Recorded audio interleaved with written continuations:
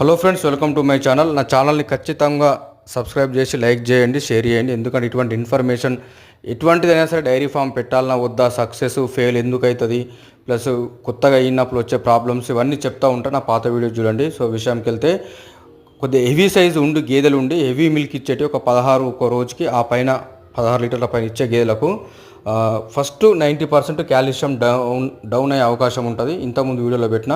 Second thing ketosis వస్తుంది 10% 20% ఇది అవకాశం ఉంటుంది. సో కీటోసిస్ అంటే ఒక డిసీజ్ కాదు కానీ చెప్తా చూడండి. అది వచ్చిందని ఎట్లా తెలుసుకోవాలంటే, గేదె చాలా ఇబ్బంది పడుతుంది వాకింగ్ చేసేటప్పుడు. అంటే నడిచేటప్పుడు తూలినట్లు నడుస్తుంది. అంటే ఆ కాలు అంటే సపోర్ట్ అయ్యి కాలు లేపడము, కింద పెట్టడము. మీరు ఫస్ట్ చూస్తే మీరు గమనించవచ్చు.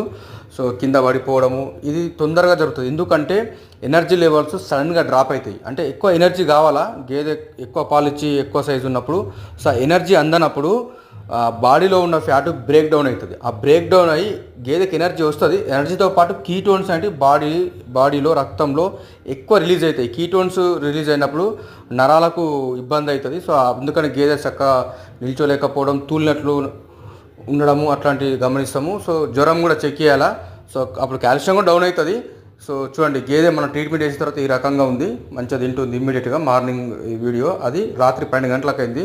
సో చూడండి, టైం ఈజ్ వెరీ ఇంపార్టెంట్. టైంని సరైన సమయంకి అందిస్తే ఏం కాదు. సో ఇంకెక్కడ డైరీ ఫామ్ హర్యానాలో ఉంటాయి, ఎవరైనా గేదెలు వాళ్ళకి నాకు కాల్ చేయండి. 100% మీకు జెన్యూన్ ఇన్ఫర్మేషన్ ఇస్తా. Thank you.